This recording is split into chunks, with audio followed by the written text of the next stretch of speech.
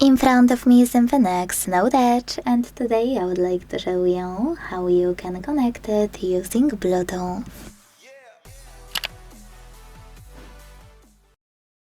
Begin by opening Settings and tapping on Bluetooth right away. Now use this switcher next to Bluetooth to activate it and wait for available devices to show. When they do, click on the one you want to connect to. Select this icon next to allow access to your contacts and call history to enable or disable it, and then hit pair.